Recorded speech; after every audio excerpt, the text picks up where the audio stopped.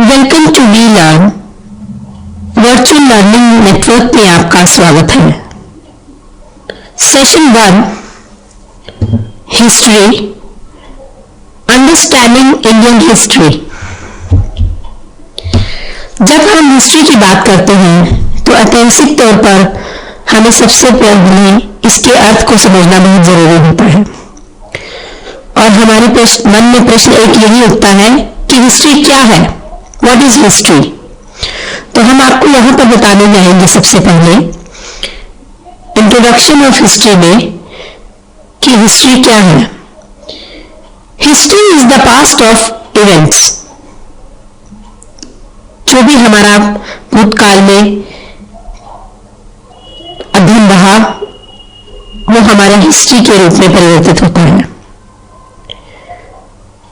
It helps us to understand those processes that enable the earlier humans to successfully conclude their environment and develop the present day civilizations. ये सारी प्रक्रिया हमारी help करती है human की successfully को, उसके वातावरण को और उसे डेवलप करने के लिए, सभ्यता का विकास करने के लिए हिस्ट्री का बहुत ही ज्यादा योगदान होता है। It is not just a study of battles and kings as normally understood by someone.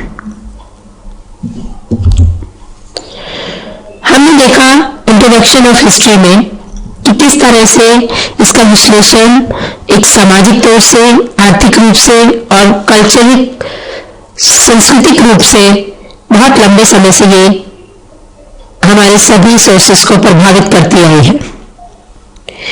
ऐतिहासिक तथ्यों को अगर हम समझते हैं और परिलक्षित करते हैं तो हमें यह पता चलता है कि किस तरह से हमारी इकोनॉमी और सोसाइटी कल्चर ट्रेंड्स एक लंबे समय से रिफ्लेक्ट होते आ रहे हैं हमारे सोर्सेस के साथ। Historian tries to evaluate different situations. अब हम यहाँ पर देखेंगे कि किस तरह से ऐतिहासिक तौर पर अलग अलग सिचुएशंस में, अलग अलग अध्ययन में डिफरेंट तरह के इवैल्यूएट हमें प्राप्त हुए हैं।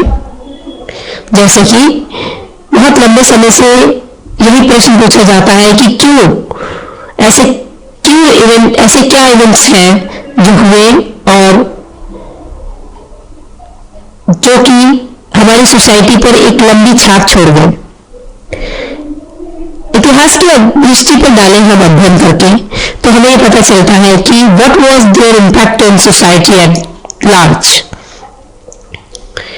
Adding new evidence or a fresh interpretations of existing evidence by different scholars helps in enriching our knowledge about the past. अगर हम उदाहरण तौर पर नए अध्ययन को परिलक्षित करें या पुराने अध्ययन की तरफ जाते हैं तो हमें कई सारे ऐसे डिफरेंट एविडेंस मिलते हैं जो हमें ये हेल्प करते हैं कि हमारे पास्ट में से हमें क्या प्राप्त हुआ, किस तरह से हमारा जो नॉलेज है वो पास्ट से हमें इनरिचिंग हुई। तो जहां पर अगर हम बात करते हैं उदाहरण के तौर पर वो हम इस तरह से बताएंगे आपको। In the beginning you can see in this map किस तरह से सभ्यता का विकास हुआ, कौन सी BCE में हमारी सभ्यता डेवलप हुई और कहां हुई। इस मैप मानचित्र को अध्ययन करते हुए हमें यह परिलक्षित होगा कि सिविलाइजेशन जो हमारी डेवलप्ड हुई वो इंडस रिवर के पास 2500 BCE में हुई और हिस्टोरिकली जो हमारे सब कॉन्टिनेंट बने, इंडिया को साथ साथ पाकिस्तान और बांग्लादेश भी हमारे इससे जुड़े। अब हम बात करते हैं इंडस वैली सिविलाइजेशन की। यदि हम इंडस वैली सिविलाइजेशन की बात करें तो इस मानचित्र के अध्ययन से हमें कुछ तथ्य प्राप्त होते हैं और वहां किस तरह से हमारी पिक्चर सामने आई डेवलप होकर, इसका अध्ययन हमें परिलक्षित करता है कि उस समय बहुत ही हाईली सिविलाइज्ड और ऑर्डरली सिविलाइजेशन का टाइम था। स्टैडल्ड मॉडर्न डे पाकिस्तान और इंडिया के साथ जुड़ा। जो फार्मर और किसान थे वो गेहूं, मटर आदि, कैटल और गौट और शिप का व्यापार करते थे और खेती में प्रोत्साहित थे। Lived in towns and traded with other cultures. जो छोटे छोटे कस्बों में व्यतीत थे उनकी सभ्यता और उनकी संस्कृति देखते ही बनती थी, जो कि एक मॉडर्न डे इराक के तरह से परिलक्षित हुआ। Picture writing, highly developed engineering और began to decline around 1700 BC में। इन 1920s में अगर हम बात करते हैं तो किस तरह से हमारे सामने uncovered views of 2 main cities आई, जिनका हम अध्ययन इसमें इंडस वैली सिविलाइजेशन में करते हैं। मोहनजोदड़ो और हड़प्पा की तो आपने बात सुनी ही होगी। इनकी सभ्यता और संस्कृति से आप अच्छी तरह से परिलक्षित होंगे, जो कि हमारे सामने 1920 सेंचुरी में प्रस्तुत हुई। अब हम आपको बताते हैं किस तरह से आर्यन इन्वेशन 1700 से लेकर 1300 BC में रहा।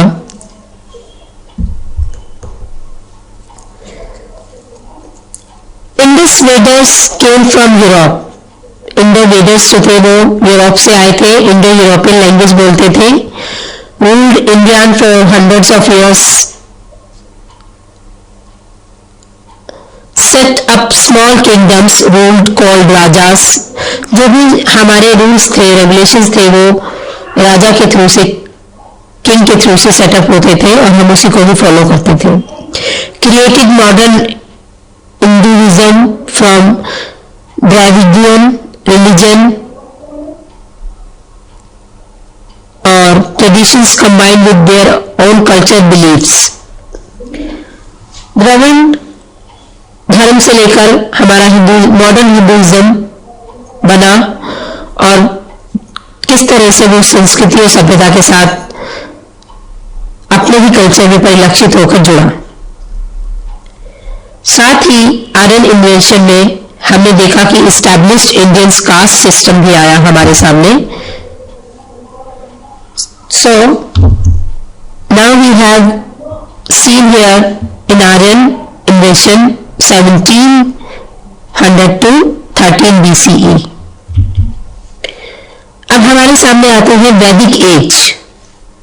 1500 से 500 BC में किस तरह से हमारे पास वैदिक एज पीरियड में हमारे जो ग्रंथ हमारे हाथ लगे, जो वेद हमने प्रस्तुत किए,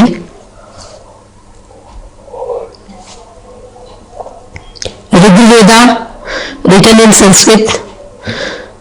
संस्कृत में हमारे ऋग्वेद का रिटन हुआ और जो कि इंडियन लिटरेसी लैंग्वेज थी। 10 बुक्स इसकी बनी। हैंड्स और इनवोकेशंस टू द गॉड्स। यदि हम बात करते हैं महाभारता और रामायण की, तो mixtures of historical and legendary. ऐतिहासिक तौर से हमारा सारा इतिहास इसमें परिलक्षित होता है। जितने भी हमारे सेक्रेड लिटरेचर्स हुए वो सारे कन्वर्ट होते हैं इसमें बाद में, महाभारत और रामायण में। अब हम बात करते हैं Alexander the great 327 to 326 BCE में। सभी को अलेक्जेंडर के बारे में पता है। ग्रीक से ये था, जो कि नॉर्दर्न इंडियन से हमें इसका अध्ययन प्राप्त हुआ। मैकेडोनियन Greek who led conquering forces across northern India ruled briefly, और Greeks forced out of India after Alexander's death। किस तरह से ग्रीक ने फोर्स किया इंडिया के बाहर को, लोगों को, अलेक्जेंडर की मृत्यु के पश्चात। यदि हम बात करें मौर्य एम्पायर की, तो 322 से 185 BCE में चंद्रगुप्त मौर्य के बारे में हम इसमें अध्ययन करते हैं और इसका grandson Ashoka took over from 273 से 232 BC में इसका रूल और एम्पायर का अध्ययन हुआ। Rule all over the India रहा इसका। कन्वर्टेड टू बुद्धिज्म, बौद्धिक धर्म को महत्व देते हुए इसने अपने सभी विचारों को कन्वर्ट करके बौद्धिज्म में प्रस्तुत किया। Religion tolerance, generosity and distance separate बौद्धिज्म, जैसे बर्मा, सेलिकटोन, सायम, तिब्बत में जो था, बहुत अच्छी तरह से इस धर्म का प्रचार हुआ, फैलाव हुआ बौद्धिज्म का। और यदि हम वार की बात करते हैं उसकी डेथ के पश्चात मौर्य एम्पायर में, जो कि हमें 322 से 185 BC में इसके अध्ययन का प्रमाण मिला। गुप्ता डायनेस्टी जो थी वो 320 से 467 CE में थी, जिसमें हमने northern India innovated trade with west, Burma, Indo China, Java, Sumatra, इन सब का अध्ययन हम इस मैप चित्र के थ्रू से प्रस्तुत करते हैं। गुप्ता एम्पायर का बुद्धिज्म और हिंदुइज्म सेपरेट आउट कल्चर डिफ्यूजन्स, जहां पर हिंदू और बौद्ध धर्मों का प्रचार होता गया, उनके कल्चर डिफ्यूजन्स भी प्रस्तुत हुए हमारे सामने 320 से 467 CE में। अब हम आपको यहां पे बताते हैं मुगल एम्पायर के बारे में। 1526 से लेकर 1858 में मुगल एम्पायर का शासनकाल रहा।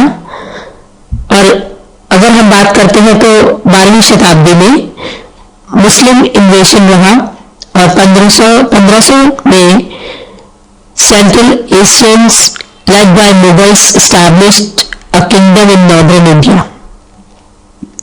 अकबर के शासनकाल और उसके काल के बारे में अध्ययन करें तो 1556 से लेकर 1605 में हमें प्रस्तुत होता है।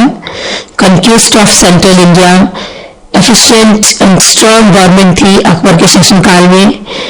रिलीजन बहुत अच्छा था, बिजनेस और कॉमर्स जो थे बहुत अच्छे व्यापारिक तौर से सुगठित थे। अगर हम आर्किटेक्ट की बात करते हैं तो forts, mosques, places and tombs. Agra जो कि ताजमहल में है, ताजमहल जो कि आगरा में है। India tomb built for a Mughal empire's favourites wife. तो हमने ये देखा किस तरह से मुगल एम्पायर 1526 से 1858 में महत्वपूर्ण तथ्यों के साथ प्रस्तुत हुआ। कॉलोनियल इंडिया, इस मानचित्र के अध्ययन से हम आपको बताएंगे किस तरह से ब्रिटिश ईस्ट इंडिया कंपनी ने ट्रेडिंग राइट्स को मुगल एम्पायर से लिया। अब देखेंगे हम यहां पर ब्रिटिश पॉलिसी का हमारे भारत में क्या महत्व है। जहां पर सबसे पहले हमारे पास एक प्रश्न आता है, how did the British try to change India. India को ब्रिटिश ने कैसे चेंज किया था, ऐसी वो क्या प्रणालियों का उसने उद्भावन किया हमारे इंडिया में, जिससे हमारे इंडिया के सिस्टम में चेंज आ गया।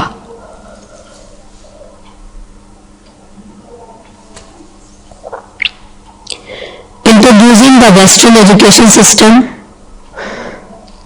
सर्वप्रथम उसने पाश्चात्य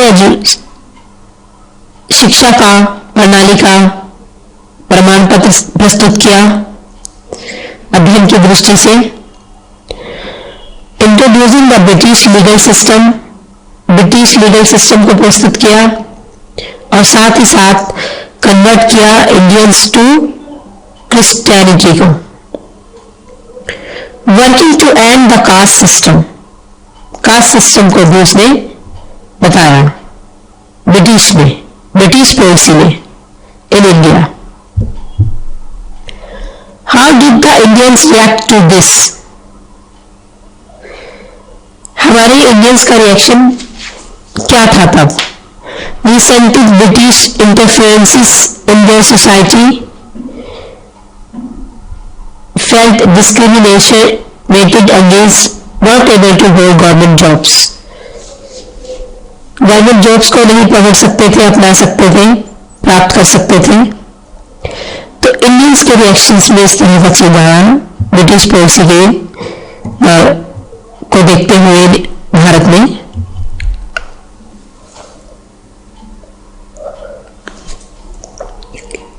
इंडिया डिवाइड, इस मानचित्र में आप देखेंगे सेलोन और श्रीलंका, दो मानचित्र हमने यहां पर प्रस्तुत किए हैं कि किस तरह से हमारी इंडिया इसमें विभाजित हुई। एक तरफ अफगानिस्तान नॉर्थ वेस्ट और दूसरी तरफ हमने देखा बर्मा, वेस्ट बंगाल, नेपाल, पंजाब, दिल्ली, पाकिस्तान को हमने किस तरह से मानचित्र में प्रस्तुत किया है।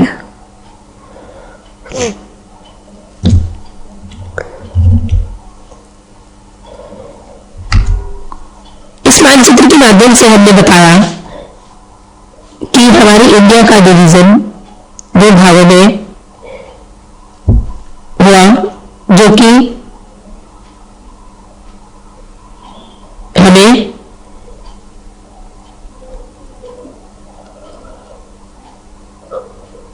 इंडियन डिवीजन रूल का बारे में प्रस्तुत करता है।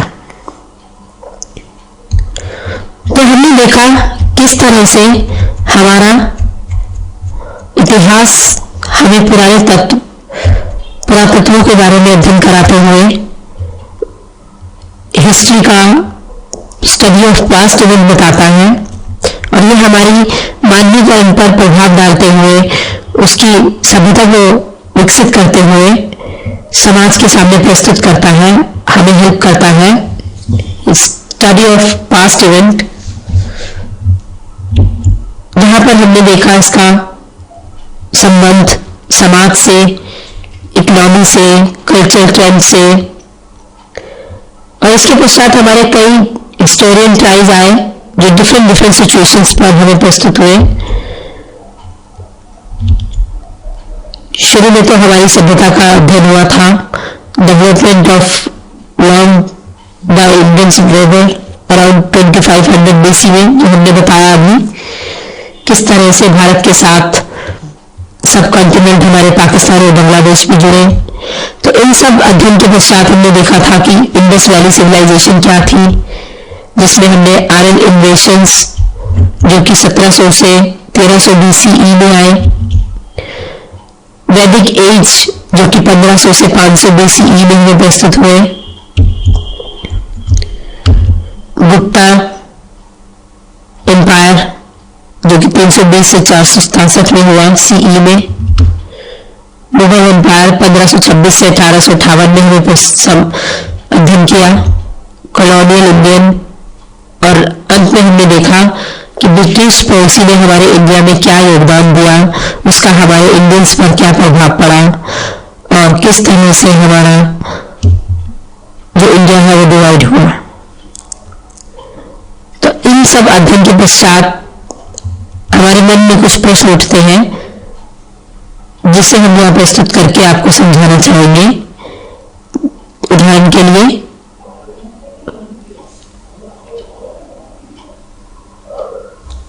discuss about the Maurya Empire.